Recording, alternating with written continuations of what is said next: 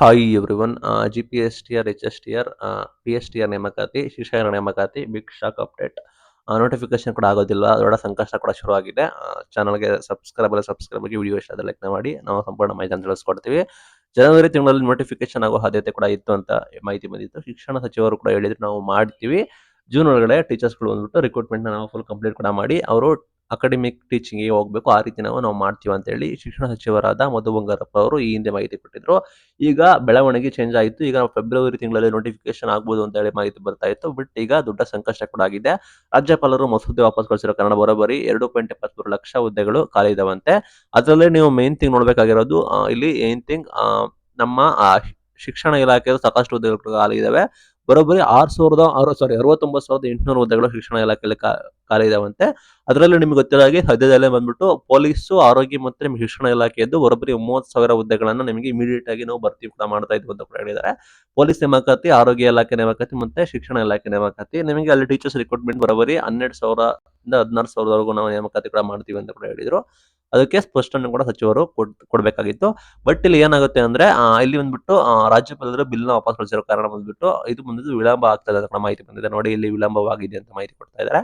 ಎಲ್ಲ ನೇಮಕಾತಿ ಪ್ರಕ್ರಿಯೆಗೆ ಸಿದ್ಧತೆ ನಡೀತಿತ್ತು. ಅಂದ್ರೆ ಎಲ್ಲ ನೇಮಕಾತಿ ಪ್ರಕ್ರಿಯೆ ಮಾಡೋದಕ್ಕೆ ಸರ್ಕಾರ ತಯಾರಿ ಕೂಡ ಮಾಡಿಕೊಂಡಿತ್ತು. ಮೂಲಗಳ ಮಾಹಿತಿ ಪ್ರಕಾರ ಸರ್ಕಾರ ಏನ್ ಮಾಡುತ್ತೆ ಅಂದ್ರೆ, ಒಳ ಮೀಸಲಾತಿ ಸಮಸ್ಯೆ ಬಗೆಹರಿಸಿದ ಅಂದ್ರೆ ಒಳ ಮೀಸಲಾತಿ ಸಮಸ್ಯೆ ಏನಿದೆ ಅದು ಕಂಪ್ಲೀಟ್ ಆದ ನಂತರವೇ ನಿಮಗೆ ಬರೋಬ್ಬರಿ ನೇಮಕಾತಿ ಶುರು ಮಾಡಬೇಕಾಗುತ್ತೆ. ಹೀಗಾಗಿ ನೇಮಕಾತಿ ಆಗುತ್ತೆ ಅಂತ ನಿರೀಕ್ಷೆಯಲ್ಲಿ ಬಿಗ್ ಶಾಕಿಂಗ್ ಅಪ್ಡೇಟ್. ನಿರೀಕ್ಷೆ ಇಟ್ಕೊಳ್ಳಿ, ನೀವು ತಯಾರಿ ನೋಡ್ಕೊಳ್ಳಿ.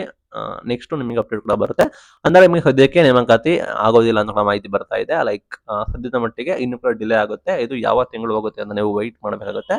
ನೋಟಿಫಿಕೇಶನ್ ಆಗೋವರೆಗೂ ಕಾಯಬೇಕಾಗುತ್ತೆ ವಿದ್ಯಾರ್ಥಿಗಳು. ಇದನ್ನ ಸಚಿವರು ಹೇಳಿದ್ದಾರೆ, ವಾಪಸ್ ಕಳಿಸೋದು ಸಹಜ ಆಗಿರುತ್ತೆ. ಸರ್ಕಾರ ಇದನ್ನ ಪರಿಶೀಲನೆ ಕೂಡ ಮಾಡಿ ಸರ್ಕಾರ ನಾವು ರಾಜ್ಯಪಾಲರಿಗೆ ಸ್ಪಷ್ಟನೆ ನೀಡ್ತೀವಿ ಅಂತ ಹೇಳಿದ್ದಾರೆ. ರಾಜ್ಯಪಾಲರು ರಿಜೆಕ್ಷನ್ ಕೂಡ ಮಾಡಿಲ್ಲ. ರಾಜ್ಯಪಾಲರು ಸಂಪೂರ್ಣವಾಗಿ ರಿಜೆಕ್ಷನ್ ಕೂಡ ಮಾಡಿಲ್ಲ, ಸ್ಪಷ್ಟನೆ ಕೇಳಿದ್ದಾರೆ. ಆ ಸ್ಪಷ್ಟನೆಯನ್ನು ಕೂಡ ರಾಜ್ಯಪಾಲರು ಒಪ್ಪಿದ್ರೆ, ರಾಜ್ಯಪಾಲರ ಅಂಕಿತ ಹಾಕಿದ್ರೆ ನಿಮಗೆ ನೇಮಕಾತಿ ಶುರು ಆಗೋದು. ಇಲ್ಲಿ ನೋಡ್ಬೇಕು, ರಾಜ್ಯಪಾಲರು ಮಸೂದೆಯನ್ನು ಅಂಗೀಕಾರ ಮಾಡಿದ ಬಳಿಕವೇ ನಿಮಗೆ ಮತ್ತೆ ನೇಮಕಾತಿಗಳು ಶುರುವಾಗಲಿದೆ ಅಂತ ಕೂಡ ಮಾಹಿತಿ ಬಂದಿದೆ. ರಾಜ್ಯಪಾಲರು ರಿಜೆಕ್ಷನ್ ಕೂಡ ಮಾಡಿದ್ರೆ ನೇಮಕಾತಿ ಶುರು ಆಗೋದಿಲ್ಲ, ಸಂಕಷ್ಟ ಕೂಡ ಆಗುತ್ತೆ. ಅಂಡ್ ನಿಮಗೆ ಇದಕ್ಕೆ ಕಾರಣ ಏನಂದ್ರೆ, SC ಒಳ ಮೀಸಲಾತಿ ಬಂದ್ಬಿಟ್ಟು ಸಾಕಷ್ಟು ಸಮಸ್ಯೆ ಕೂಡ ಆಗಿತ್ತು.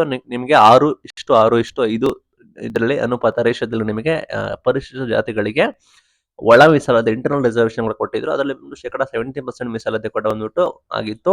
ಇದನ್ನ ರಾಜ್ಯಪಾಲರಿಗೆ ಮಸೂದೆಯನ್ನು ಕೂಡ ಕಳಿಸಿದ್ರು, ಬಿಲ್ ಪಾಸ್ ಮಾಡಿದ್ರು. ಇದನ್ನು ಹೆಚ್ಚಿನ ಸ್ಪಷ್ಟೀಕರಣ ಕೇಳಿ ಗವರ್ನರ್ ಮತ್ತು ಸರ್ಕಾರಕ್ಕೆ ರಿಟರ್ನ್ ಕಳಿಸಿದ್ದಾರೆ ಬಿಲ್ನ. ಹಾಗಾಗಿ ಸರ್ಕಾರಕ್ಕೆ ಸಮಸ್ಯೆ ಕೂಡ ಆಗಿದೆ. ಆಯ್ತಾ, ಈ ನಿಟ್ಟಿನಲ್ಲಿ ಸಾಕಷ್ಟು ಇಲಾಖೆಯಲ್ಲಿ ನೇಮಕಾತಿ ಪ್ರಕ್ರಿಯೆ ಕೂಡ ಡಿಲೇ ಕೂಡ ಆಗ್ತಿದೆ. ನಿಮ್ಗೆ ಕೂಡ ಶಿಕ್ಷಕರ ನೇಮಕಾತಿ ಜನವರಿ ತಿಂಗಳು ಅಂತ ಹೇಳಿದ್ರು, ಅಥವಾ ಫೆಬ್ರವರಿ ತಿಂಗಳ ಒಳಗೆ ನಿಮಗೆ ನೋಟಿಫಿಕೇಶನ್ ಕೂಡ ಆಗಬೇಕಿತ್ತು. ಆ ನಿಟ್ಟಿನಲ್ಲಿ ಮತ್ತೆ ಡಿಲೇ ಕೂಡ ಆಗ್ತದೆ. ಸರ್ಕಾರಕ್ಕೆ ಸ್ಪಷ್ಟನೆ ಕೂಡ ಕೊಟ್ಟಿದ್ದಾರೆ. ಸರ್ಕಾರ ನಾವು ಡಿಸಿಷನ್ ತೆಗೆದುಕೊಳ್ತೀವಿ ಅಂತ ಕೂಡ ಹೇಳಿದ್ದಾರೆ. ಒಟ್ಟಾರೆ ರಾಜ್ಯಪಾಲರು ಈ ರೀತಿ ಹೇಳಿರೋ ಪ್ರಕಾರ ನಿಮಗೆ ಇನ್ನು ಕೂಡ ನೋಟಿಫಿಕೇಶನ್ ಡಿಲೇ ಆಗುತ್ತೆ. ಲೈಕ್ ನಿಮಗೆ ಕಡ್ಡಾಯವಾಗಿ ನಿಮಗೆ ನೇಮಕಾತಿ ಪ್ರಕ್ರಿಯೆ ಕೂಡ ಡಿಲೇ ಆಗುತ್ತೆ. ಇದು ಇವತ್ತಿನ video. Thank you for watching till end. Thank you.